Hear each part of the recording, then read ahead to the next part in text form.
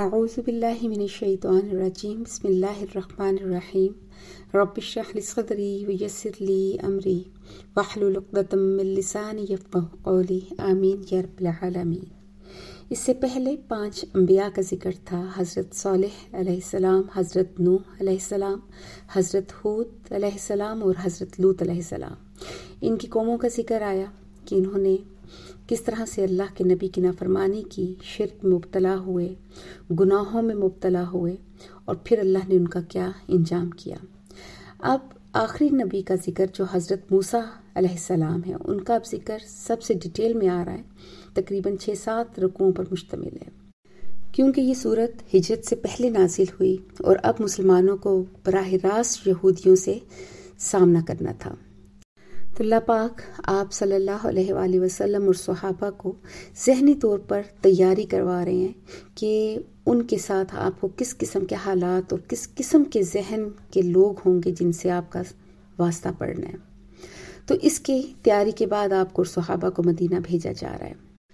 حضرت موسیٰ علیہ السلام کا ذکر قرآن پاک میں اکثر مقامات پر آیا ہے۔ اس کی ایک وجہ تو یہ ہے کہ سرزمین عرب پر مشرکین کے بعد آبادی کے لحاظ سے یہودیوں کا نمبر آتا تھا۔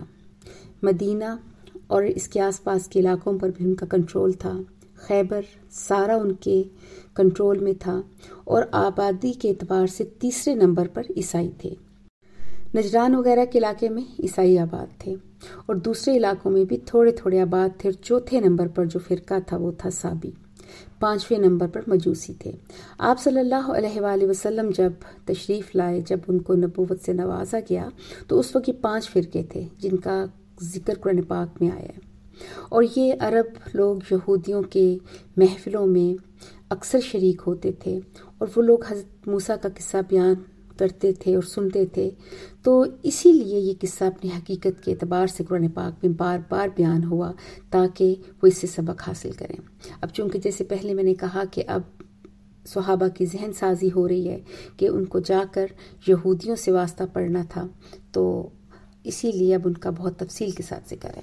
تو اللہ پاک فرماتے ہیں ثم بعثنا من بعدهم موسیٰ، پھر بھیجا ہم نے ان کے بعد موسیٰ علیہ السلام کو بآیاتنا، اپنی نشانیاں دے کر، الی فرعون و ملئہ، فرعون اور اس کی جماعت کی طرف، فظلموا بہا، پس انہوں نے زیادتی کی نشانیوں کے ساتھ، یعنی انکار کر کے، اور کسی بھی چیز کو انہوں نے تسلیم نہیں کیا۔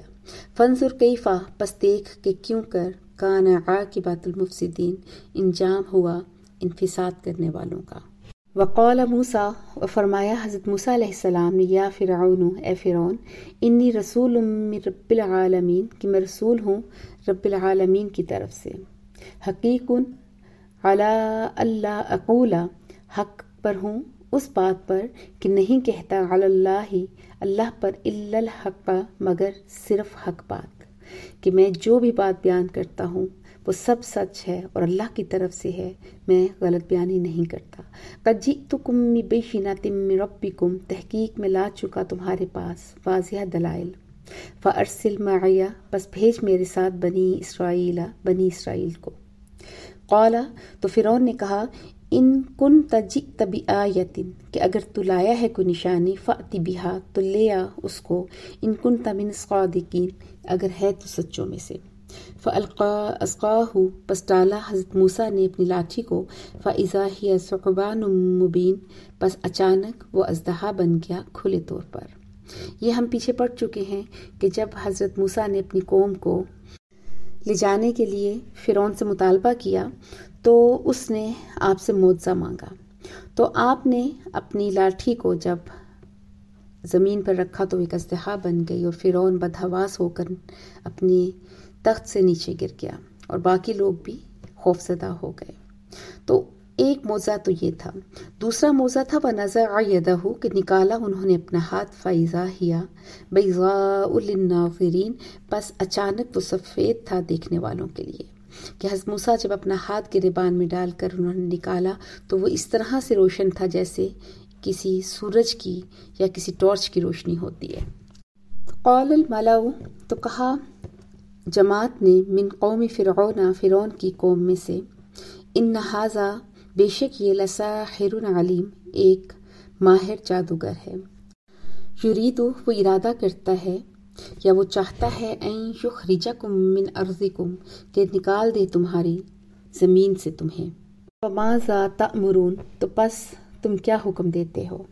قالوا تو ان لوگوں نے کہا ارجہ ان کو مہلت دے واخاہ اور ان کے بھائی کو وارسل فی المدائن حاشرین اور بھیج دو شہروں میں جمع کرنے والے. کہ تو دربار میں جب حضرت موسیٰ کی لاٹھی اژدہے میں بدل گئی تو انہوں نے پھر اس چیز کا آپس میں مشورہ کیا کہ پورے شہر سے جتنے بڑے بڑے جادوگر ہیں ان کو بھی بلوایا جائے اور پھر ان کا مقابلہ ہو. اس واقعے کی بہت زیادہ تفصیل پورے قرآن پاک میں ملتی ہے کہ جب انہوں نے حضرت موسیٰ سے اس بات کے بارے میں کہا کہ ایک کھلے میدان میں مقابلہ ہو جائے تو ان کا خیال تھا کہ شاید حضرت موسیٰ پیچھے ہٹ جائیں گے اور اس چیلنج کو قبول نہیں کریں گے. لیکن حضرت موسیٰ نے اس وعدے کو، اس چیلنج کو قبول کیا اور ایک بہت بڑا اس کے بارے میں اعلان کیا گیا اور تمام لوگ ایک میدان میں جمع ہوئے. مختلف آراء کے مطابق 70، کہیں پر 80 اور کہیں پر 82,000 کی تعداد لکھی ہے کہ اتنے لوگ وہاں پر جمع ہوئے. یأتوک بکل ساحر علیم اور لائیں گے تیرے پاس ہر ایسے جادوگر کو جو بہت علم والا ہو. وجاء السحرۃ اور آئے جادوگر. قالوا اور کہنے لگے ان لنا اجرا کہ بے شک ہمارے لیے کچھ اجر ہوگا، ان کننا نحن الغالبین کہ اگر ہم غالب ہو گئے، کہ اگر ہم حضرت موسیٰ پر غالب آ گئے تو پھر ہمیں کچھ انعام و اکرام سے بھی نوازا جائے. قال نعم تو فرعون نے کہا کہ ہاں کیوں نہیں. وَإِنَّكُمْ لَمِنَ الْمُقَرَّبِينَ اور البتہ تم مقربین میں سے ہوگے، یعنی انعام و اکرام کے علاوہ تمہیں میں اپنے قریب ترین ساتھیوں میں بھی شامل کروں گا. قالوا تو جادوگر کہنے لگے یا موسیٰ اے موسیٰ اما ان تلقیا کہ یا تو آپ ڈال دیں، و اما ان نکون یا ہم ہوں نحن الملقین ڈالنے والے، کہ یا تو آپ پہل کریں تو یا ہم پہل کرتے ہیں. قال موسیٰ نے کہا القوا تم ڈالو. فلما القوا پس جب ڈالا انہوں نے. اس چیز کا ذکر یہاں پر نہیں ہے، سورہ طٰہٰ میں ہے کہ فَإِذَا حِبَالُهُمْ وَعَصِيُّهُمْ کہ انہوں نے اپنی رسیاں اور لاٹھیاں ڈالی اور پھر وہ يُخَيِّلُ إِلَيْهِ مِنْ سِحْرِهِمْ إِنَّهَا تَسْعَىٰ کہ وہ پھر ان کے خیال میں کہ حضرت موسیٰ کے خیال میں اس طرح دکھائی دیتی تھی کہ جیسے وہ سانپ کی طرح رینگ رہی ہوں اور ادھر ادھر دوڑ رہی ہوں. امام راضی فرماتے ہیں کہ انہوں نے رسیوں اور لاٹھیوں میں پارا ڈالا ہوا تھا اور پارا گرمی کی وجہ سے نقل و حرکت کرتا ہے. تو دوسرے کچھ مفسرین کرام یہ بھی فرماتے ہیں کہ نہیں، وہ جادو کے زور پہ ہی رسیاں اور لاٹھیاں سانپ بن گئی تھیں. تو اللہ تعالیٰ فرماتے ہیں کہ فلما القوا بس جب ڈالا انہوں نے سحروا اعین الناس تو جادو کر دیا لوگوں کی آنکھوں پر، کہ انہوں نے نظر بندی کر دی کہ وَاسْتَرْهَبُوهُمْ اور خوفزدہ کر دیا ان کو. وَجَاءُوا بِسِحْرٍ عَظِيمٍ اور لائے وہ بہت بڑا جادو. أَوْحَيْنَا إِلَى مُوسَىٰ اور ہم نے وحی کی موسیٰ علیہ السلام کی طرف ان القی عصاک کہ ڈال لو آپ بھی اپنی لاٹھی کو. فَإِذَا هِيَ تَلْقَفُ پس اچانک وہ نکل گئی ما یأفکون اس چیز کو جو وہ بناتے تھے. کہ حضرت موسیٰ کا جو عصا تھا وہ ایک بہت بڑے اژدہے میں تبدیل ہوا اور تقریباً 1,24,000 کے قریب وہ سانپوں کو نکل گیا. جو شخص اپنے فن میں بہت ماہر ہو تو وہ اگلے کے کام سے اندازہ لگا لیتا ہے کہ وہ بھی کس لیول کا کام کرتا ہے.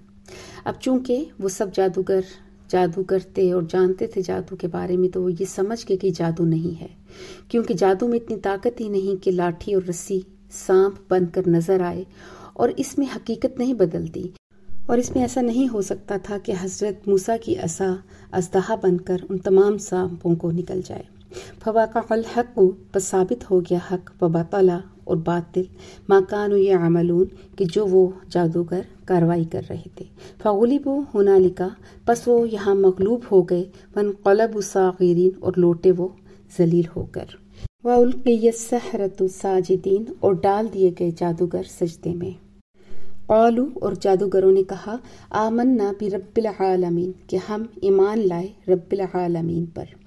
ورب موسیٰ و ہارون موسیٰ علیہ السلام اور ہارون علیہ السلام کے رب پر. کیونکہ جادوگر سمجھ گئے تھے کہ جادو نہیں، یہ یقیناً کوئی بہت اللہ کا معجزہ ہے بڑا جو ان کو دکھایا گیا ہے. اور یہاں پہ ان کا یہ کہنا کہ رب العالمین اور ربی موسیٰ و ہارون، کیونکہ فرعون اپنے آپ کو رب کہلواتا تھا، اس لیے انہوں نے یہاں پر وضاحت دے دی کہ وہ رب فرعون پر نہیں بلکہ رب العالمین جو تمام جہانوں کا رب ہے اس پر وہ ایمان لائے۔ قال فرعون، کہا فرعون نے، آمنتم بہ قبل، کہ تم ایمان لائے ہو اس پر اس سے پہلے کہ ان آذن لکم، کہ میں تم کو اجازت دیتا۔ ان ھذا، بے شک یہ، لمکر مکرتموہ فی المدینہ، یہ ایک چال ہے جو تم نے شہر میں کی ہے۔ جیسے یہاں پر اجمالی طور پہ ہے، جبکہ سورہ طٰہٰ میں یہ چیز آتی ہے کہ انہ لکبیرکم الذی علمکم السحر، کہ یہ تمہارا بہت بڑا استاد ہے کہ جس نے تمہیں جادو سکھایا اور تم سب اس کے شاگرد ہو، کہ تم سب آپس میں ملے ہوئے ہو۔ لتخرجوا منہا اہلہا، تاکہ نکالو تم اس کے ذریعے اس کے رہنے والوں کو، یعنی تم لوگ حکومت چاہتے ہو، اقتدار اپنا قائم کرنا چاہتے ہو۔